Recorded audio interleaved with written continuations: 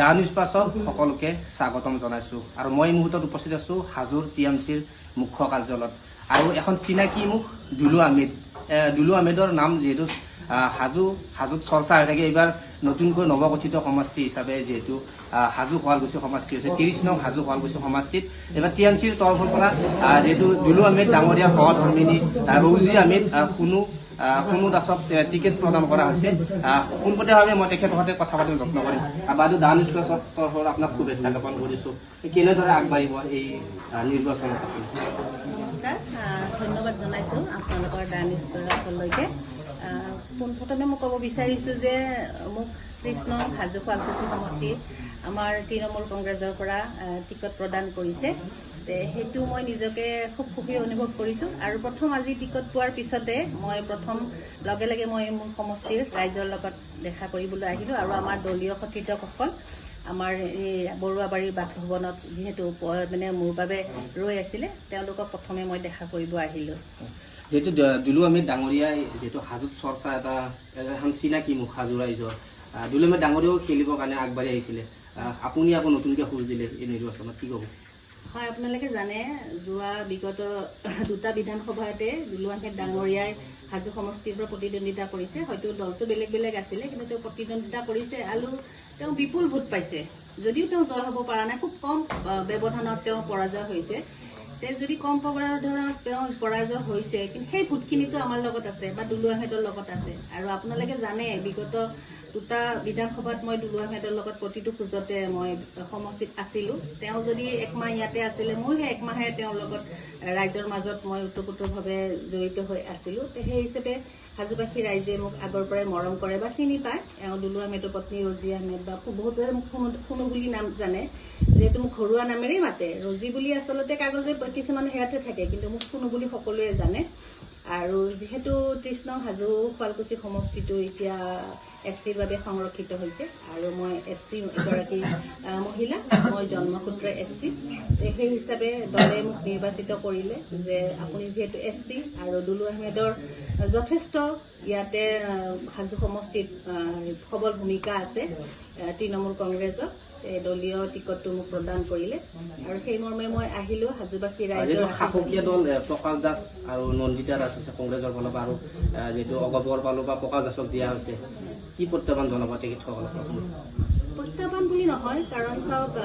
যিকোনো ব্যক্তি এগৰাকী যেতিয়া ৰাজনীতিত আহে আৰু দলীয় টিকট তেওঁলোকে পায় তেওঁলোকে জয় হ'ম বুলিয়ে আহে তেওঁলোকেও জয় হ'ম বুলি আহিছে বা ময়ো জয় হ'ম বুলি আহিছোঁ কোনেতো আৰু প্ৰতিদ্বন্দ্বিতা হাৰিবৰ বাবে নকৰে তেওঁলোকেও জয় হ'ব বিচাৰিছে বা ময়ো বিচাৰিছোঁ এতিয়া সেইটো আৰু ৰাইজৰ ওপৰত এৰি দিব লাগিব তেওঁলোকে কাক বিচাৰে এই সমষ্টিটোৰ ওপৰত মানে কাৰ বেছি আস্থা আছে হাজো শুৱালকুছি সমষ্টিত আপোনাৰ এই যিহেতু ৰাজনৈতিক জীৱনটোত আপোনাৰ প্ৰথম খোজ কেনেকুৱা অনুভৱ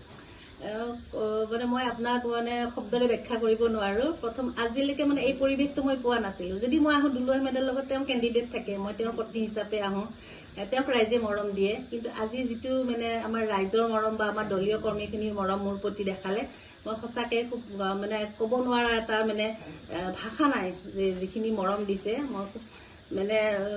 কি বুলি ক'ম আৰু তেওঁলোকক মই শ্ৰদ্ধা জনাইছোঁ তেওঁলোকে এই মৰম আশীৰ্বাদখিনি দিয়াৰ বাবে আৰু তেওঁলোকক মই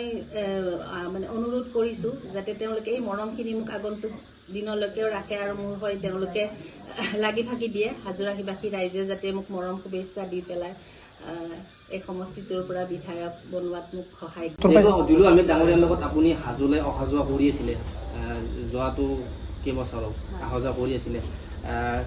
বহুতো সমস্যা দেখিছে আপুনি তাৰে ভিতৰত কি অন্যতম মানে সমস্যা কি আছে আপোনাৰ মানে মনত মোৰ সমস্যাটো মানে হাজোৰ ৰাস্তাপথবোৰ বহুত বেয়া এতিয়া মেইন আমাৰ মূল হাজোৰ যিটো মেইন ৰাস্তা সেইটোৱে বেয়া আৰু ভিতৰুৱা অঞ্চলবোৰতো আপুনি যাবই নোৱাৰে ৰাস্তা পথৰ একদম শোচনীয় অৱস্থা মোৰ মেইন লক্ষ্য এইটোৱে হ'ব প্ৰথমে যে মই হাজোৰ মূল ৰাজপথটো মানে মই সেইটো যাতে বনাই নিৰ্মাণ কৰি দিব পাৰোঁ আৰু কি সমস্যা আছে আপুনি জনাত কি সমস্যা দেখিছে সমস্যা বহুত আছে কিন্তু এতিয়া মই সেইটো ব্যাখ্যা কৰিব নোৱাৰো আৰু আপোনালোকে জানে যে ৰাজনীতিত মই প্ৰথম মোক মানুহে এজনী সমাজ সেৱিকা বুলি জানে আৰু মই ৰাজনীতি বুলি নহয় সমাজ সেৱা কৰিব আহিছোঁ কিন্তু সেই সমাজ সেৱা কৰিবৰ কাৰণে এটা মাধ্যম লাগিব মই সমাজ সেৱা মই মোৰ ফালৰ পৰা যিখিনি আগবঢ়াইছো সেইটো এটা ন্যূনতম। কিন্তু মই ৰাজনীতিত যদিহে আহোঁ, ৰাইজে যদি মোক বিধায়িকা বনায়, তেতিয়াহ'লে মই সমাজখনৰ বহুতখিনি সেৱা কৰিব পাৰিম। মোৰ ৰাইজৰ মাজলৈ কি কি আপুনি চৰ্ত লৈ যাব? চৰ্ত এটাই থাকিব যে তেওঁলোকে মোক চিনি পায়, মই চিনাকি এখন মুখ। বাকী দুগৰাকী যি প্ৰতিদ্বন্দ্বিতা কৰিছে তেওঁলোকক ধৰক বিশেষকৈ কংগ্ৰেছৰ নেত্ৰীগৰাকী তেওঁ বকুৰ বিধায়িকা আছিলে, তেওঁ খুব পৰিচিত নহয় হাজোত, আৰু মোকতো তেওঁ দুটা দশকেৰে ৰাইজে মোক চিনি পায়। তে মই সেইটো চৰ্ত লৈ যাম যে মই আপোনালোকৰ বেছি আপোন, মই আপোনালোকৰ বেছি নিজৰ, আৰু মই বিচাৰো আপোনালোকৰ আশীৰ্বাদ মৰম যাতে মোকে দিয়ে। সেইটোৱে মোৰ মানে চৰ্ত থাকিব যে আপোনালোকে মোক মৰম দিবই লাগিব। আজি আহোঁতে আপুনি হাজোত যিহেতু প্ৰথম খোজ দিছে, কাৰ আশীৰ্বাদ লৈ আহিছে? প্ৰথমে ক'ব গ'লে মই মা কামাখ্যাৰ আশীৰ্বাদ লৈ পেলাই আহিছোঁ, কাৰণ প্ৰতিটো খোজতে মই মাক বিশ্বাস কৰোঁ। আজি টিকেটটো মোক প্ৰদান কৰাৰ লগে লগে যেতিয়া মোক দলীয় কৰ্মীসকলে ফোন কৰিলে যে বাইদেউ আপুনি এবাৰ হাজোলৈকে আহিব লাগে, মই তেওঁলোকক ক'লো মই গৈ আছোঁ, কিন্তু মই এটা বিশেষ কামটো কৰি পেলাইহে যাওঁ, মাৰ আশীৰ্বাদ লৈ পেলাই যাওঁ। মই প্ৰথমে মাৰ আশীৰ্বাদ ল'লোঁ, মাৰ আশীৰ্বাদ লৈ কিনে সমষ্টিত আহিছোঁ, আৰু মোৰ বিশ্বাস যে মায়ে মোক এইবাৰ সহায় কৰিব আগুৱাই। অহাকালি নমিনেশ্যন আছে? হয়, অহাকালি নমিনেশ্যন আছে। আপোনালোকৰ বিচাৰিছোঁ আপোনালোকেও মোৰ লগত জড়িত থাকে, আপোনালোকৰ সহায় সহযোগ আগলৈকেও লাগিব, আপোনালোকে যাতে মোক সহায় সহযোগ কৰি থাকে। আমি ধন্যবাদ জ্ঞাপন কৰিছোঁ। এয়া আছিল এখন চিনাকি মুখৰ দুলু আহমেদ ডাঙৰীয়াৰ সহধৰ্মিনী ৰৌজি আহমেদ ওৰফে সোণু দাস। আমি তেখেতৰ সৈতে আমি কিছু কথা পাতিলোঁ, যিহেতু তেখেতৰ ৰাজনৈতিক জীৱনটোত প্ৰথম খোজ এই হাজো শুৱালকুছিৰ সমষ্টিৰ পৰা তেখেতে TMCৰ তৰফৰ পৰা তেখেতে প্ৰতিনিধিত্ব কৰিব, অহাকালি নমিনেশ্যন দিব। আমি তেখেতৰ সৈতে কথা পাতিবলৈ যত্ন কৰিছোঁ। দা নিউজ প্লাছৰ প্ৰতিজন দৰ্শক দেখুৱাৰ কাৰণে। হয়, যিকোনো খবৰৰ বাবে যোগাযোগ কৰক আমাৰ এই নম্বৰত 9181 307 221।